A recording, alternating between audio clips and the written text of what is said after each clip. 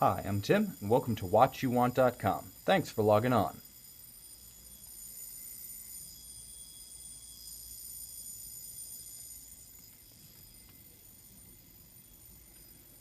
Well, that was fun. I just wanted to give you the full effect of this Zenith class Multicity El Primero Traveler open dial, available from WatchYouWant.com. This is a watch that is iconic of the mid to late 2000s. Now, at Zenith, during that period, the company had emerged from a long doldrums. Best known for decades as a manufacturer of movements, not so much complete watches, Zenith went from stodgy to avant-garde in about 3 years. In Swiss watchmaking terms, that's basically like going from 0 to 60 faster than a Dodge Viper. The company, which was kind of a sleepy supplier of parts, principally to Rolex during the 90s, immediately found itself on the cutting edge of horology design thanks to the flamboyant executive and designer Thierry Nataf. Now, he had actually come over from the new owners of the company. 1999, Louis Vuitton Moet Hennessy purchases Zenith and Tag Heuer as a package. And he comes over from one of the alcohol brands within the Louis Vuitton Moet Hennessy portfolio and immediately starts to stir the pot. Now, he did a lot that was controversial in his day, and if you go online, you'll probably find more Thierry Nataf parodies and villainizations than any other person in the luxury watch industry. It's not a sector that tends to create cult heroes and villains, but he's one of the few exceptions, and you'll even find people comparing him to Gollum from Lord of the Rings. Check out the photo of him with the hunting falcon. Those of you who know Zenith, you already know what I'm talking about. But the bottom line is, he also did some things that were indisputably right, and one of them was investment in watchmaking and investment in quality. And what you see in this multi-city traveler with the El Primero movement is the payoff from those years of investment. Not just a complicated chronograph, as all El Primero references are. This one also incorporates a world time feature so that you can see all 24 time zones simultaneously on one dial, as well as that incredibly distinctive and bright alarm that I just ran for you. The bottom line is, in addition to all of the traditional virtues of the classic El Primero chronograph caliber, which is automatic winding, high beat, historically significant, rugged as a John Deere, this watch also features world time and an alarm. Beyond that, there are additional refinements that make this watch both aesthetically pleasing and technically interesting. Let's start with the obvious. The dial has a lot going on, so we can go on a little tour here. Now, the bottom line is that you're looking at an El Primero open. So this beating heart that you see right here is the 5 Hz escapement of the classic El Primero caliber. This is the caliber 4046 with the skeletonized escapement bridge. You can actually see the beating heart of the watch. It's like getting 90% of the appeal of a tourbillon for 10% of the price. That is Thierry Nataf's signature. That's what he brought to watchmaking, and we've seen everyone from Richard Mille to Audemars Piguet rip it off shamelessly. So for those who criticize Nataf, just remember, a lot of big names owe him a lot.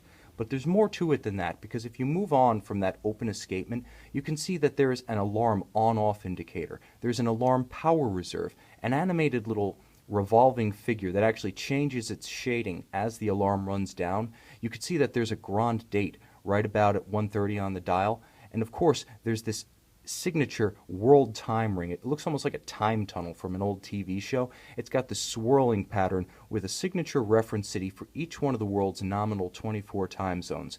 So wherever you are, you just set that reference city at the index at 12 o'clock, and you can simultaneously read via this 24-hour counterclockwise rotating hour ring. You can read the time in any part of the globe, and there's a little useful night and day indication so you can read AM and PM at a glance. This watch has tremendous horological content. It also features fine finishing that's easily a grade above anything featured in the Zenith lineup before Nataf's arrival. And I want to talk a little bit about how he increased the value of the watches. Now, before he joined the company in 2001, they were using pin buckles, not full gold deployants. The lugs of the cases were hollow, not solid gold. He increased the amount of gold in the cases by about a third, and that's a big deal when you're talking about an almost 47 millimeter solid rose gold watch. There's a lot of added value here thanks to Thierry Nataf. He had an eye for quality, he was uncompromising, he was a little bit out there, Andy Warhol style, but he had the best intentions, and quite honestly, this watch substantiates everything he stood for. mechanically refined, technologically interesting, incredibly complicated, stock full of real value. You can even see one of his personal bugaboos was the gap between the end of a strap and the lug junction of a case. He worked hard to eliminate those gaps to create a seamless aesthetic, and here you can see the effect. He was unique in that he was not just the CEO and the president, he was also the chief stylist of the company. Now say what you will about the so-called Superman syndrome and putting all your eggs in one basket, but there is a tremendous stylistic continuity to this watch. From the eggshell off-white guilloche main dial to the brown and eggshell tones of the time chapter ring, to the beautiful rose gold bezels within the dial, rose gold applied numerals, rose gold hands. It flows seamlessly into this polished case and this beautiful square scale brown monotone stitched alligator strap. Everything about this watch, although flamboyant, is incredibly coherent. It's a fully realized vision of what Thierry Nataf thought Zenith should be. And while there are those detractors out there who will question whether he was right for a conservative, stodgy brand, the bottom line is he breathed new life into them. He brought them to the U.S. He gave them newfound presence in Asia and Latin America. He revived the volume of the brand that had almost been reduced to something of a parts manufacturer. And if it hadn't been for Thierry Nataf and watches like this circa 2009 Zenith Class World Traveler Open El Primero Multicity, it's quite likely that today's Zenith would be nothing more than, quote, manufacture Tag Heuer, folded into the bigger brand name the way Le Mans was into Breguet or Frédéric Piguet was into Blancpain. This watch is a moment in time. The extravagance of the 2000s, everything from Hummer H2s to $9 billion securitized bond deals to Thierry Nataf to these uber-sized Zeniths that he envisioned, everything was larger than life. If you're looking for the '59 Cadillac of the mid-2000s, don't look to the road, look to the wrist.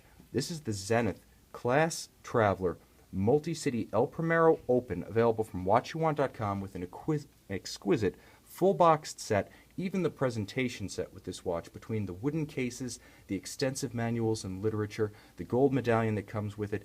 It's a feast for the eyes. It's worth collecting. It's worth showing off to your friends who collect watches, and you cannot say that of many boxed sets.